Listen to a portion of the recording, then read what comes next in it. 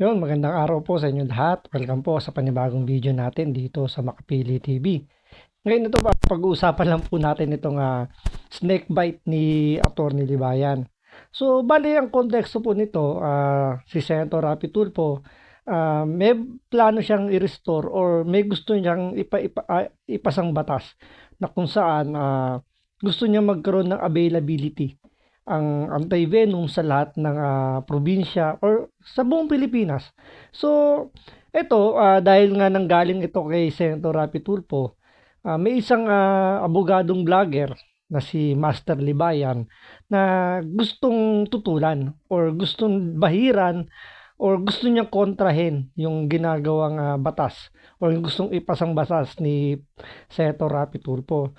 So, dito makikita nyo na kapag si Senator Rapi Tulfo talaga yung nagsalita o gumawa ng ganitong klaseng batas, expect nyo na etong si Master Libayan hindi magpapahuli. 'Di ba? Siyempre kailangan kailangan bida rin siya. So dahil feeling niya si Senator Rapi Tulfo nagpapag-grandstand, kailangan niya rin magpag-grandstand. 'Di ba? So lagi niyang tinasabi na si Senator Rapi Tulfo is si BS in everything. Si Master Libayan hindi rin siya magpapahuli. Kailangan si Senator Rapi Tulfo is maalam. Kailangan maalam din siya. O kailangan mas higitan niya para may pakita niya sa kanyang mga kasombi na siya yung kataas-taasan. Siya ba yung mas marami siyang alam? Kasi nga abogado siya, si Rapi Tulfo hindi. So bago natin simulan yung topic na yan, kung hindi ka pa nakasubscribe dito sa Makapili TV, baka pwede naman pakipindot yung subscribe button at the same time palike na rin ng video. Wala naman pong bayad dyan, kaya pindot na. So ito, panoorin po natin itong usapang ahas sa Senado na sinasabi ni Senator Rapi Tulfo. Sa tingin niyo yung mga doktor, pag sinabi niyo nakagat ng ahas yan, pauupoy na lang nila. There are many first aid, mga kabatas natin na pwedeng gawin. Actually, ang pinakamatinding first aid dyan, decapitation. Decapitation. Hindi ko maintindihan kung ano ibig sabihin ng decapitation. So, tuloy natin para mas maintindihan natin kung ano ibig sabihin ng decapitation. O kita mo na, Diyos ko dahil lawyer, hindi man lang marunong mag-check ng facts. Pineta. Actually, pag sa talampakan yun, madali pang i-save yun eh. Pag nadala sa hospital yun, tinorniquet, tapos pag wala silang anti-venom, decapitate. So, sabi niya, kung wala raw antivenom, kung nakagat ng ahas, is i-decapitate. Decapitate. Ano ba talaga ibig sabihin ng decapitate? O kita mo na, Diyos ko dahil lawyer, hindi man lang marunong mag-check ng facts. Pineta. Keto na naman at umaariba ang baby boy natin. Ama si By the way, shoutout nga pala kay Kawanted. Hihiram tayo sa kanya ng video. So, shoutout Kawanted. Mering Sas, lawyer na naturingan pero hindi marunong mag-check ng facts. First aid daw pag natuklaw ng ahas ang decapitation. Para kay baby boy, first aid pag natuklaw ng ahas ang putulin ang ulo ng taong nakagat. Inulit pa niya ito. Bago tayo magpunta sa decapitation ni Baby Boy, hindi yata alam ni Baby Boy na 2012 pa ay may Senate resolution na ipinasa si late Senator Miriam Santiago tungkol sa pagkakaroon ng antivenom bank in all regional hospitals in the Philippines. So, yun. Ibig sabihin pa, hindi pa pala si Senator Rapi Tulfo ang kumbaga, hindi siya yung original author. Siguro, nakita niya to o nagkaroon siya ng experience kung bakit gusto niyang buhayin uli yung ganitong Senate resolution kung saan kailangan magkaroon ng antivenom sa lahat ng ospital dito sa Pilipinas, especially sa mga liblib na lugar, sa mga probinsya. Kasi alam naman natin, maraming mga ospital sa probinsya na kulang-kulang pa rin sa mga kagamitan, sa mga gamot, most especially sa mga antivenom. Kasi dito lang ginagawa yan, kung di ako nagkakamali, dito lang ginagawa yan sa may RTIM yata yun, yung mga gumagawa tayo ng gamot. So, nasa Metro Manila yan. So, kailangan pang i-travel yung gamot na yan from Metro Manila o kusang probinsya dadalhin. So, medyo mahaba yung magiging delay kung kinakailangan na, especially kung ganyan, emergency yan. So, may delay. So, matatagalan yung pagta-travel ng venom na yan, ng antivenom na yan. So, yun nga, nanggaling pa yan kay Senator Miriam Defensor Santiago. Siguro hindi lang ito natuloy dahil gawa nga 'di ba nagkasakit siya and later on pumanaw. So hindi na naituloy itong panukalang batas na gustong ituloy ni late Senator Miriam Santiago. Kaya nga ito siguro nakita ni Senator Rapi Tulfo na magandang batas 'to.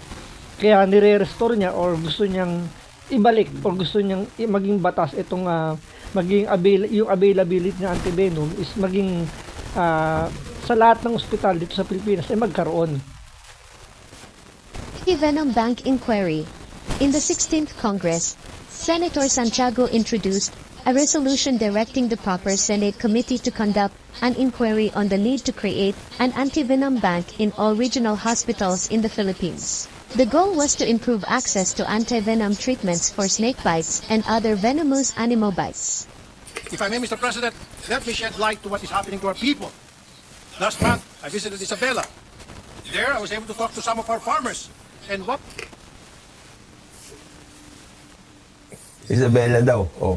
Doon siya nag-file ng kaso sa akin, yung ibang kaso sa akin. one of them told me very So doon, kailangan pumunta ni Master Libayan sa Isabela dahil sabi nga niya, doon siya sinampahan ng kaso. So, just in case magkaroon na ng hearing doon sa mga ifinal na kaso kay Master Libayan, kailangan niyang mamasyal sa Isabela para harapin yung mga kasong ipsinampa sa kanya. So, isiningit pa rin niya rito yung kaso niya. Patungkol pa rin dito sa, magkaiba to ng usapin ha. Ito yung pinag-uusapan natin dito is yung antivenom. Pero naisingit pa rin ni Master Libayan yung kanyang kaso dahil nga talagang malaki yung galit nito kay Senator Rapi Tulfo. Malaki yung kanyang pagiging bitter kay Senator Rapi Tulfo. So, ngayon, ito pala yung dahilan kung bakit gustong ipasa ni Senator Rapi Tulfo or gusto niya ituloy yung resolution ni late Senator Miriam Santiago. Gawa nga nakita niya yung or siya mismo naka-experience base sa kwento ng mga taga doon sa Isabela. Kasi taga ron po si Senator Rapi Tulfo. So, yun nga yung naging kwento na may nakagat na magsasaka na galing Isabela na nangangailangan ng antivenom. Kaya niya siguro ito siguro nakita niya or talagang kailangan na rin talaga dahil nga tumaas din kasi yung mga insidente ng mga snake bite, mga naglalabas ang mga venomous na ahas. So, yun yung naging dahilan kung bakit gustong ipasa ni Senator Rapi Tulfo yung anti-venom na maging availability. Yun nga, gaya na sinabi ko sa inyo, dahil nga si Senator Rapi Tulfo yung nagsasalita or siya yung gusto magpasa ng batas na yan, kailangan kumontra ni Master Libayan para maging relevant siya o hindi siya mawala sa sa buhay ni Senator Rapi Tulfo. Kailangan lagi siyang para siyang anino na kung ano man yung sabihin or gawin ni Senator Rapi Tulfo, kailangan na doon siya nakabantay siya. 'Di ba? Kasi kailangan niyang kontrahin lahat ng gagawin ni Senator Rapi Tulfo. So ito yung dahilan kung bakit dahil sa kabitterness niya ni Master Libayan, kung ano-ano na yung mga lumalabas sa kanyang bibig or kung ano yung mga idea na yung pumapasok sa isip niya, basta lang masiraan niya or basta lang maboljak niya, kailangan niya lang na masabing nakakontra siya kay Senator Rapi Tulfo. sad story. Isa sa mga kasama nila ay nakagat ng isang Philippine cobra sa talampakan nung siya'y naghahabol ng daga sa kanilang bukid. Agad-agad nila sinugod sa ospital ang magsasaka.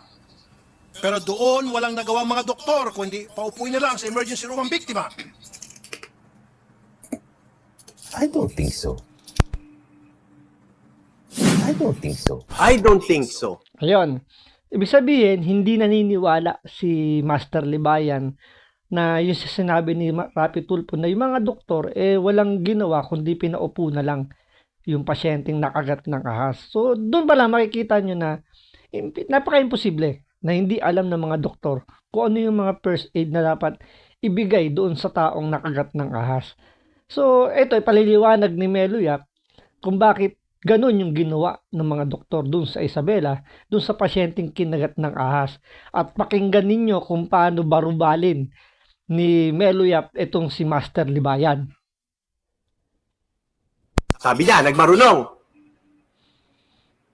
Sa tingin niyo yung mga doktor, pag sinabi niyo nakagat ng ahas yan, pauupuin na lang nila. There are many. Tignan niyo ha, sa tingin niyo, sabi niya, yung mga doktor, kapag nakagat ng ahas, pauupuin ba nila? Pakinggan natin. First aid baka mo. O, pakinggan natin to, Libayan ha. Tuturuan kita ngayon, i-expose ko ang katangahan mo. Tuloy. Ang sakit naman.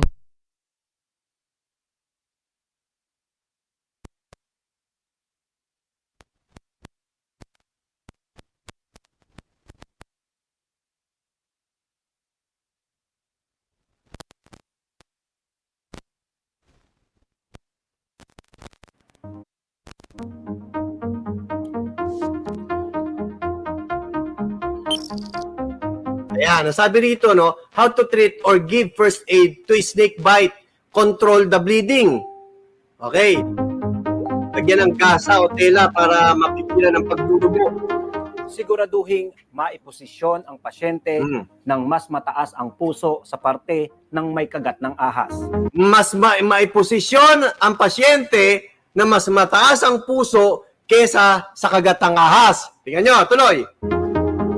Uy! Pinaupo.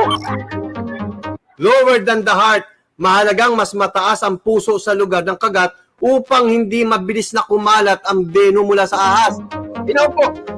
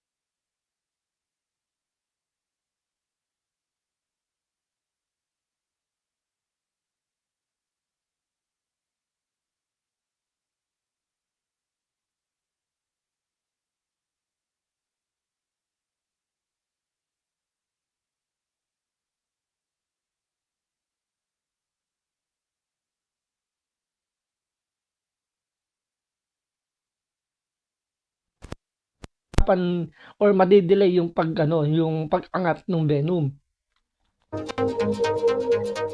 Huwag masyadong pagalawin at kausapin ang pasyente upang siya ay maging komportable. Saan nakaupo? Bigyan siya ng kasiguraduhan na Huwag handa pahigayin. ang tulong mula sa mga emergency medical services. Tandaan, kapag kayo ay bystander sa isang snake bite, narito ang inyong mahalagang maitulong sa So biktima. ano ang gagawin? Paupuin.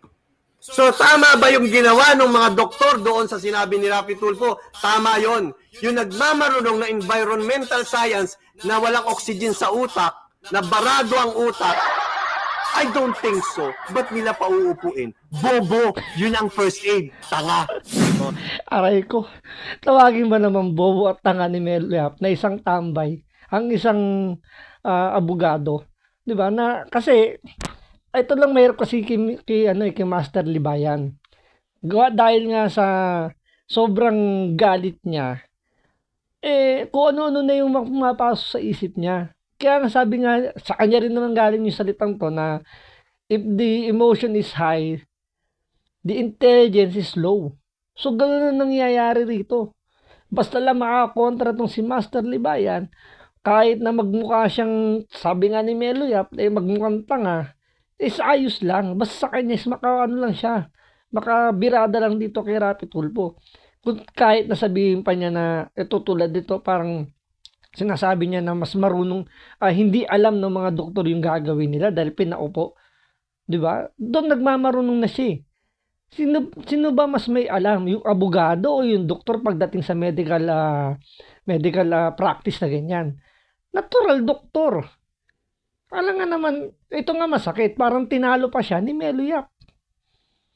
Si Melo Yap naiintindihan kung ano dapat gawin. Nag-research siya. Si Atty. Libayan, itong si Master Libayan, hindi natin alam kung talaga bang alam niya. Or talagang gusto niya lang pantayan si Rapi Tulfo na maalam. Kasi nga sabi niya, BS in everything daw si Rapi Tulfo. So siya, kailangan ganun din. Kaya nga 'di ba sabi nga niya, environmental scientist daw siya. Kaya mas alam niya siguro. So isasabihin niya rito kung ano yung nalalaman niyang first aid na hindi alam siguro ng mga doktor. So siguro i-educate niya itong mga doktor kung paano ang first aid sa pananaw niya. Ang pinakauna mong gawin, tourniquet. Talian mo ng matindi yung lugar kung saan nakagat ka. Yung nakagat sa talampakan. Nakagat siya sa talampakan. Ito yung talampakan niya. Talian mo dito sa malayo ng konti. Paano kung kinagat ng ahas sa leeg?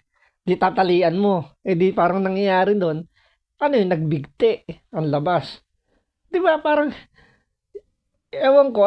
Siguro sa kapapanood ni Master Libayan ng mga pelikula, parang feeling niya, yun yung reality na dapat gawin. Kulang na lang sabihin niya rito ni Master Libayan, sipsipin yung dugo nung yung pusang kinagat ng ahas yung pasyente. Kailangan sipsipin niya yung dugo. Alam niyo guys, naalala niyo yung yung parang sungay daw ng usaba yun? Yung parang bato na meron sa amin dati yun yun yung ginagamit kapag nakagat ka ng aso, pusa, pati kagat daw ng ahas, nahihigop daw nun yung venom, yung kamandag, mga ganyan, yung rabies. So, kulang na lang yun yung nasabihin ni Master Libayan So, parang dito hindi siya naniniwala sa medical practice na yun yung pinaka first aid na iupo mo yung pasyente para hindi mag-travel na mabilis yung venom. Ngayon sa kanya gusto niya talian daw. Oo, siguro may nakakatulong pero hindi siya advisable kasi nga mawawala naman yung flow ng dugo dun sa katawan kung saan mo tatalian yun. So magkakaroon pa ng komplikasyon yun. Darating yung punto ron na mangingitim yung parte ng katawan na yun at mas lalo pa siya makakontaminate ng venom kapag nandun lang siya. Di ba? Tuloy. Talian mo ng mahigpit na tali para hindi umikot yung venom. So let me ask a question. I presume a tourniquet is the right thing. So ito paliliwanag ng mga eksperto galing sa Amerika kung advisable ba na lagyan ng tali o talian ng mahigpit yung parte ng katawan ng tao na nakagat ng ahas. So ito mga na to, mga eksperto na to. Pero tinatabla yung gustong gawin o yung first aid na alam ni Master Libayan. To do. No. So that's the thing, is a lot of these things that people used to recommend are no longer recommended. And, even the Boy Scouts used to recommend cutting and sucking. Well, we studied that and it doesn't work. It can make it a lot worse. And so we don't recommend it anymore. Tama bang gawing first So yun, hindi ko nire-recommenda itong mga eksperto na to yung pagtatali or yung nabanggit ko kanina na sisipsipin mo yung kagat ng ahas para mahigop yung venom. Kasi pag sinipsip mo yun, papasok sa bibig mo, pati ikaw, maano ng venom. Makakontaminate din yung katawan mo. Kasi nga, papasok sa katawan mo yun So, ba't mo sisipsipin?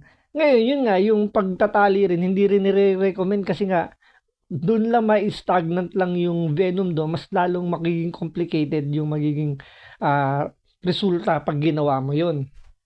aid ang tourniquet sa mga nakagat ng ahas? Hindi po. Ayon sa mga eksperto, hindi ito tama. Feel like you need a show like this to get the word out there so that people don't continue to do like antiquated first aid techniques like applying a tourniquet. We don't recommend tourniquets for any snake bites in the United States. Not a tourniquet. Actually, pag sa talampakan yun, madali pang i-save yun eh. Pag nadala sa hospital yun, tinornicate, tapos pag wala silang anti-venom, i-decapitate. Sure ka, Naman po decapitate? siya sa ospital pero wala magawang ospital. Ay, sorry. Oo nga, ma-decapitate. Napaka-brutal ko. Amputation pala. Hanggang may Ayan, kasi si Master Libayan lutang. Gawa ng yung galit niya, mas mas nangingibabaw. Tandaan, if the emotion is high, the intelligence is low. So ganito yung nangyayari dito kay Master Libayan dahil nga kulang sa research, dahil sa bitterness niya. So kung ano-ano lang yung maisip niyang sabihin, yun na lang yung yun na lang. Basta sa kanya, makontra niya lang si Rapi Tulfo. So dito, yan po yung correct words, amputation po, ang pagpuputol ng parte ng katawan sa medical term po, amputation or amputate.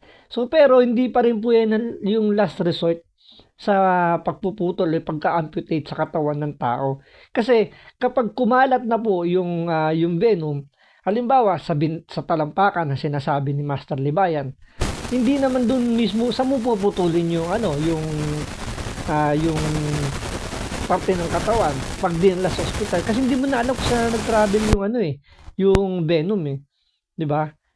Kahit sabi mo sa talampakan mo kakinagat, alangan naman yung paalangan puputulin mo, paano kung nasa binti na pala, nasa hita na, di magpuputol ka ng para ka nagkakatay ng baboy na bawat parte kakatin mo na lang dahil kumalat na, daluhulaan mo lang kung nasaan. Hindi naman yan yung may scan mo kung nasaan yung yung venom di ba?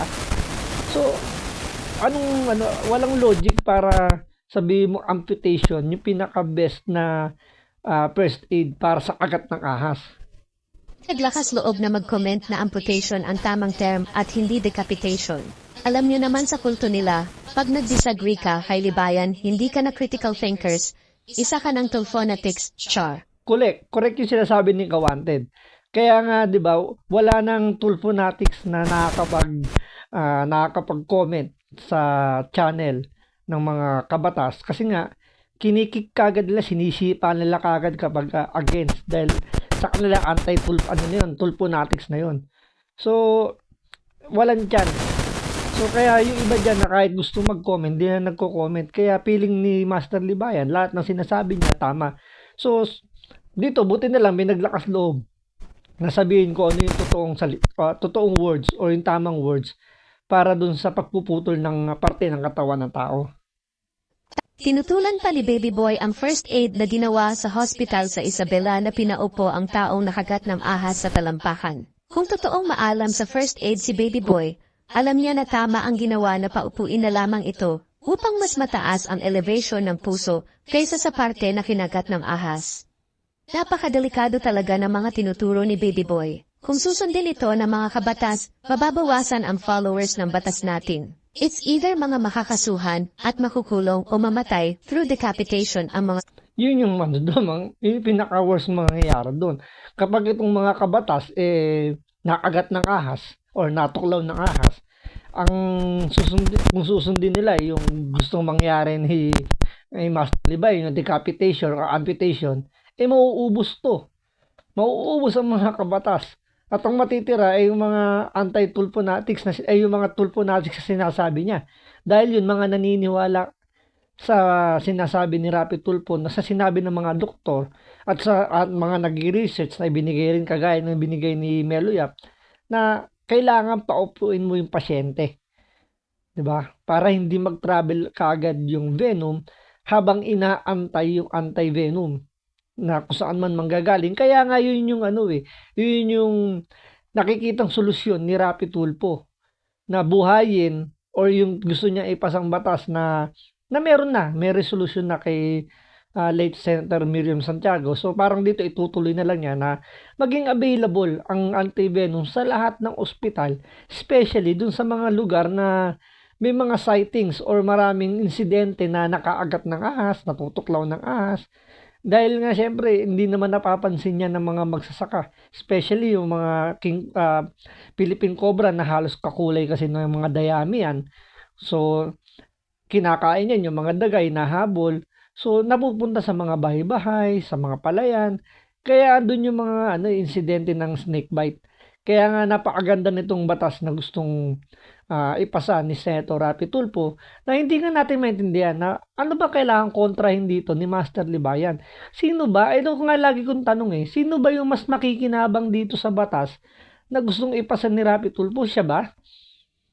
Hindi naman siya Meron ba siyang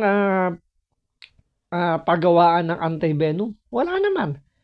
Di ba? Sino mas makikinabang? Yung mga magsasaka, yung mga mahihirap nating mga kababayan na kung saan merong mga insidente o mataas ang insidente ng snake bite na hindi na masyadong mamimiligro yung buhay nila dahil alam nila na available yung anti-venom sa mga ospital, sa mga barangay clinic, mga ganyan.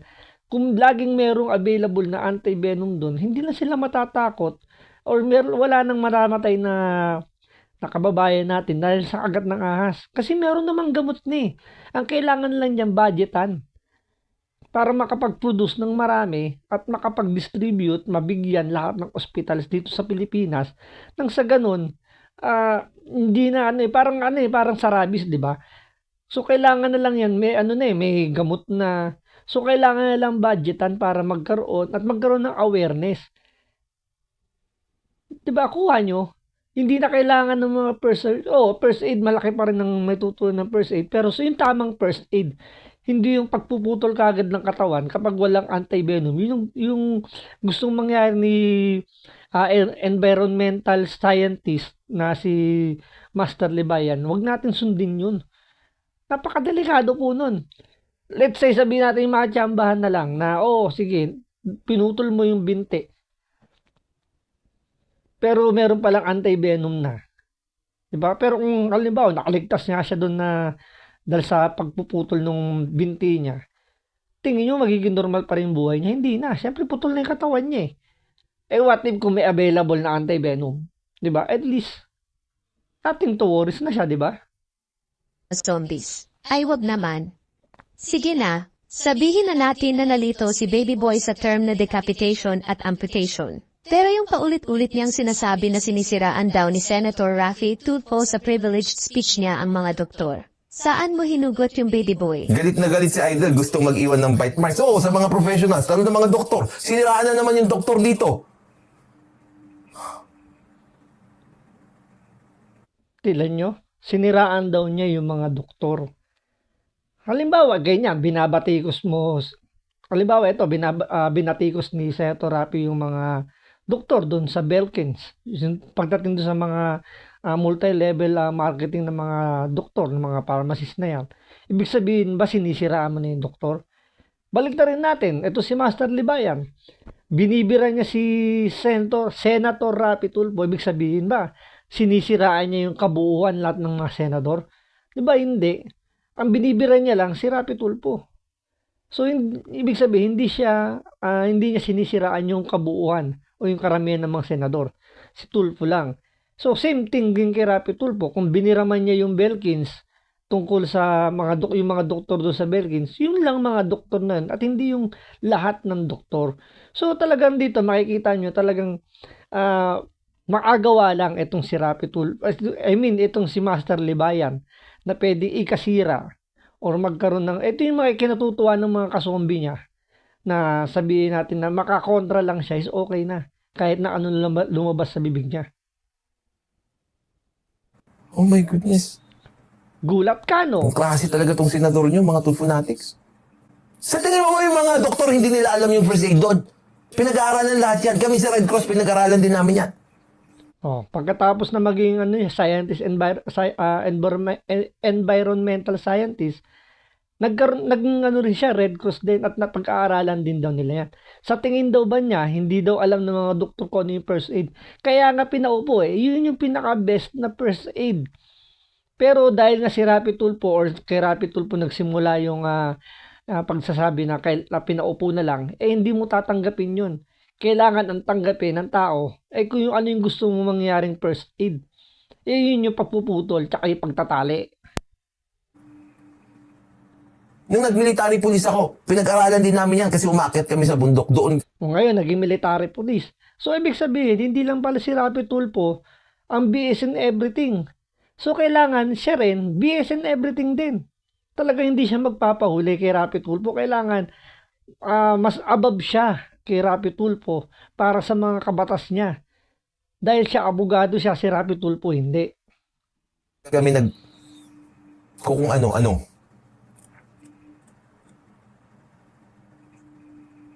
Tapos pinapalabas mo yung mga doktor natin na hinayaan lang nilang mamatay yung isang tao na nakagat. Wrong. Hindi pinabayaan ng mga doktor. Ginawa pa rin nila yung magagawa nila. Yun nga lang, dahil walang antivenom, ganoon talaga ang sasapitin. So habang wala yung antivenom, walang pwedeng gawin yung mga doktor tulad ng sa rabies. Once na yung rabies nag-travel na sa buong katawan ng tao, mabot na sa utak, wala na magagawa yung doktor doon. Panoorin niyo yung mga documentary ng mga nasa rabies. 'Di ba? Parang hinahayaan na lang mamatay. Mga doktor ginagapos na lang kasi nga wala na sila magagawa. Same thing din dito sa snake bite, sa kamandag ng ahas. Hangga't hindi natuturukan yan ng anti-venom, wala magagawa ang doktor doon. Hindi nila pwedeng hulaan kung saan nila puputulin yung katawan ng tao. Kung nag-travel na yung venom sa buong katawan ng tao, ano yun? Pagkakagat pa lang ng ahas, ang gagawin naman nakakita, putulin kagad yung binte. Putulin kagad yung, alimbawa, kung sa leeg nakagat, hindi kailangan putulin kagad yung leeg. Diba? Alam mo, kapapanood to ni Master Libayan ng mga pelikulang sinaunang pelikula, gusto niya, yun ang reality na dapat gawin. Ng isang Philippine Cobra.